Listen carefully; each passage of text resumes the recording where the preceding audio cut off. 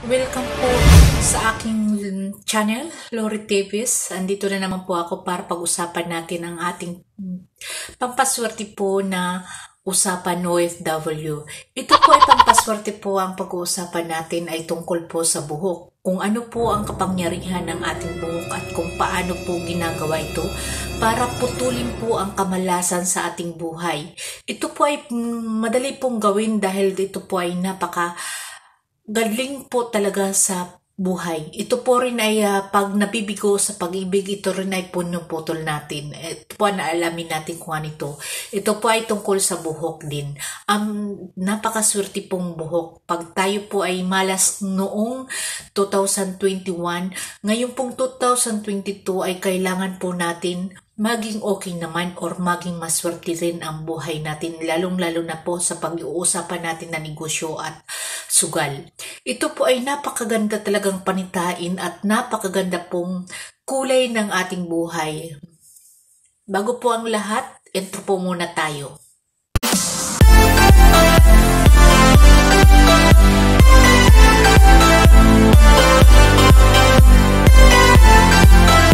Hello po, welcome back po sa ating channel, Lori Tibes. At andito na naman tayo bago po tayo nag-intro.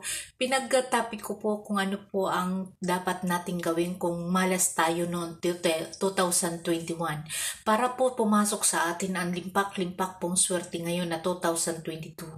Ito po ay ang pamamaraan ng ating pagkakabuhayan, ang pagpuputol po ng ating buhok. Ito po pag-uusapan natin. Pinakauna pong pinag-uusapan ng buhok po pag New Year po, kailangan natin bawasan kahit kaunti lang po. Alam niyo po kung bakit. Dahil po kung noon pong 2021 lahat po kamalasan ang ating nadarama noon at kabiguan sa ating buhay ang ating pag-uusapan at napakahirap talagang i-explain kung paano tayo makabangon at hirap na hirap tayo at lalong-lalo na po gusto natin umiyak na kulang na lang po dugo ang ating iluluha.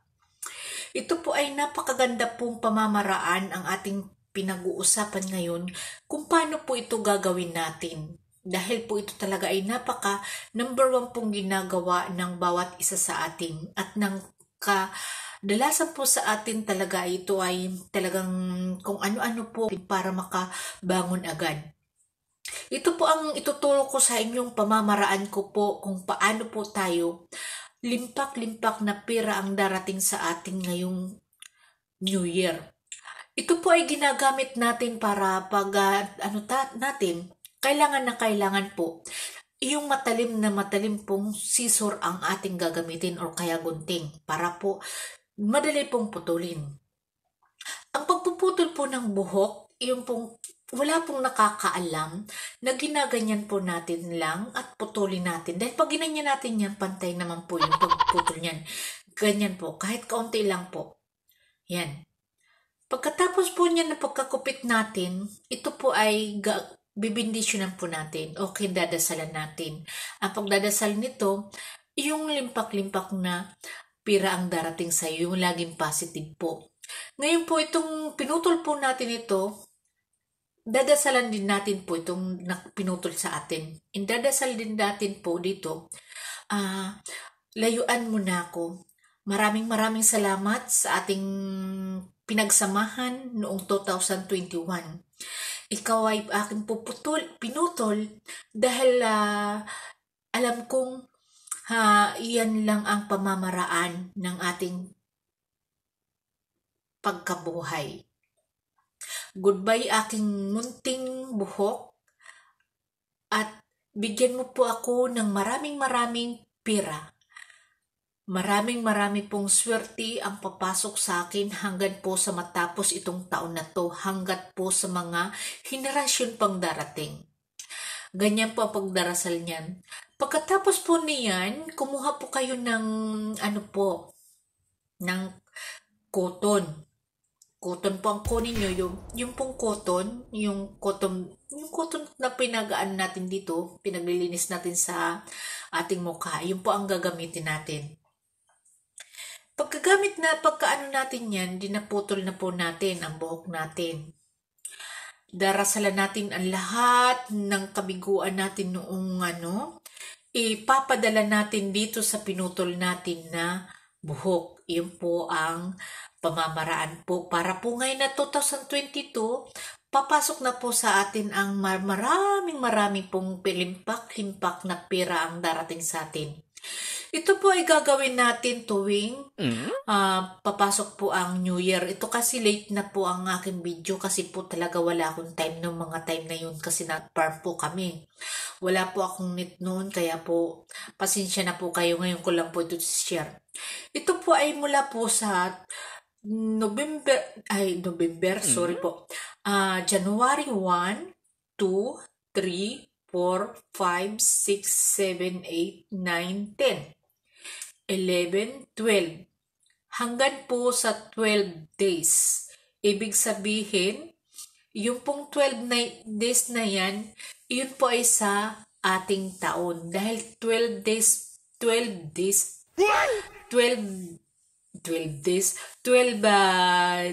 months tayo sa ating taon. Diba po? 12 months. Kaya po ito ay 12 ang binilang ko dahil ito po ang pamamaraan ng ating pag-oorasyon ng ating buhok na pinutol. At ito naman natira dito sa ito naman po ay darasalan natin ng limpak. Idadarasalan natin dito ang ating mga pangarap, ang ating lahat ng mga kahilingan. Pero po, positive lang po tayo, huwag tayong negative lagi. At yun po ay huwag natin lalagyan ng sana. Ang lagi nating sasabihin, magkakaroon ako ng sasakyan, magkakaroon ako ng bahay, magkakaroon ako ng magandang negosyo, magkakaroon ako ng magandang kinabukasan pagdating ng panahon na itong aking mga pangarap na itong aking pindarasal. Dalhin mo ako sa lahat ng swerte at dalhin mo ako sa lahat ng kabutihan sa kapwa, sa lahat. Yan po ang dadarasal natin dito sa natira natin buhok. Yun po ay ang ating sa New Year.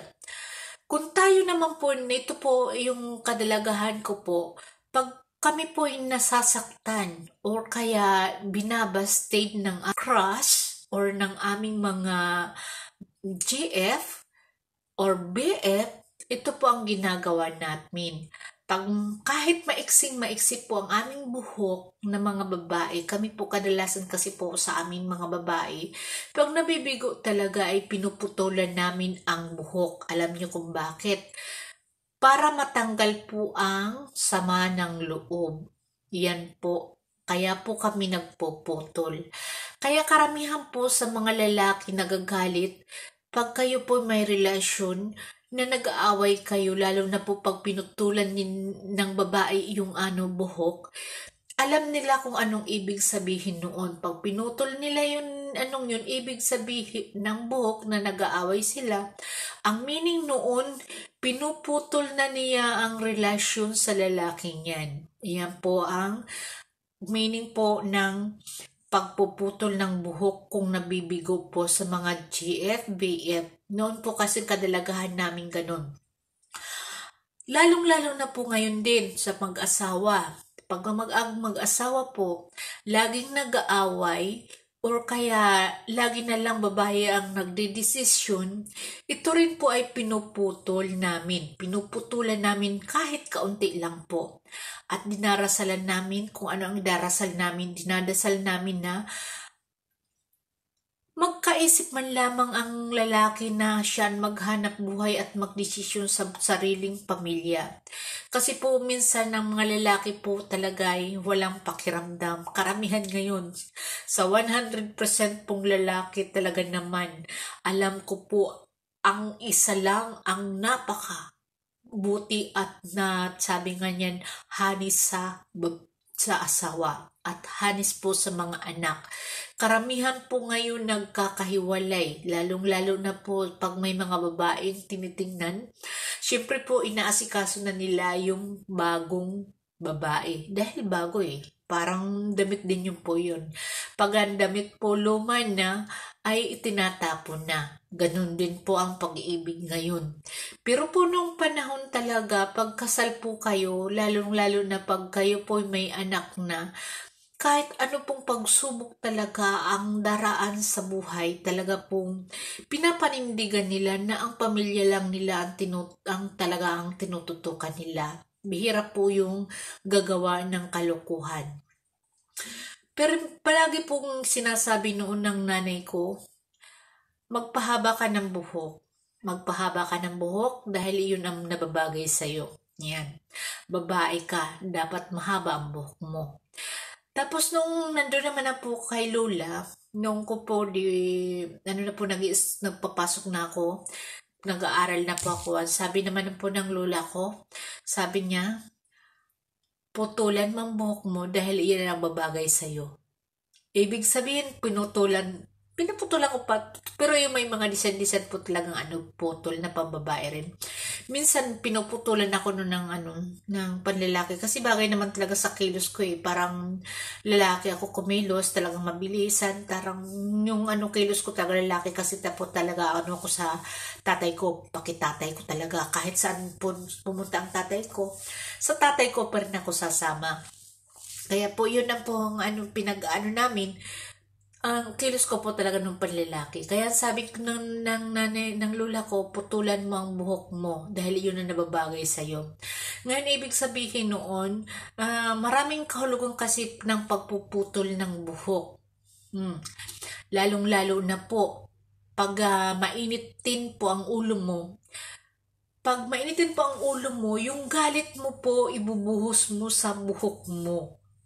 Alam nyo po kung bakit? Nawawala po yung stress nyo, pero wag nyo naman pong ubusin ang buhok nyo, pakiusap, dahil ang pangit ng walang buhok. Ayun pong pag po ng buhok, ang pinagbabalina natin, ang buhok. Buhok lagi ang pinagbabalinan natin para pong ma-relax tayo, kasi yun pa ang pamamaraan. Ako talaga kasi pag ako talaga ay mainit ang ulo ko, kinukuha ko ito, hindi ko na po siya pinuputol, ginaganyan-ganyan ko lang po siya. Yung parang pinaglalaro-laroan po ang buhok ko. Dahil po nakaka-relax talaga. I-try nyo pong gawin na ipaglalaroan nyo po ang buhok nyo habang po kayo na-stress nagsasalita. Hindi po ibig sabihin noon na nababaliw ka na. Ibig sabihin po noon may sinasambit ka sa inyong buhok kung paano po masolusyonan ang inyong mga problema. Minsan po kasi may mga tao na nakikita po kayo nagsasalitang mag-isa, minsan sinasabi pong nababaliw ka na. Hindi po yan meaning na nababaliw. Ibig sabihin po na nagsasalita ka po para mabawasan ang problema mo. Hindi po nababaliw.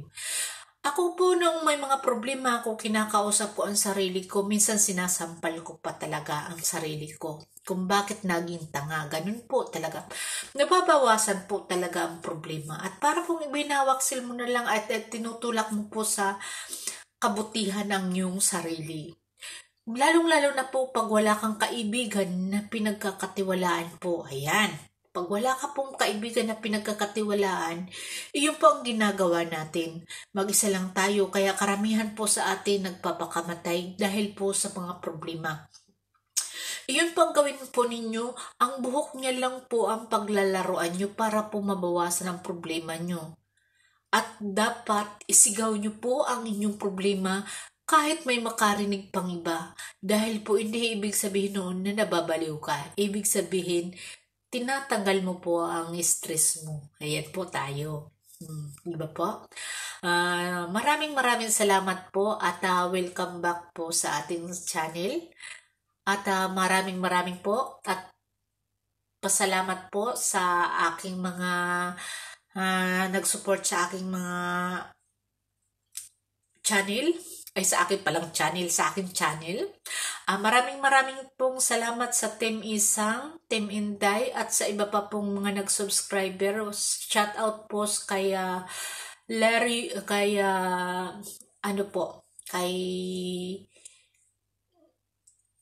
nakalimutan ko na yung pangalan niya, nagpapa-chat out po siya sa akin at basta chinata kalimutan ko yung pangalan.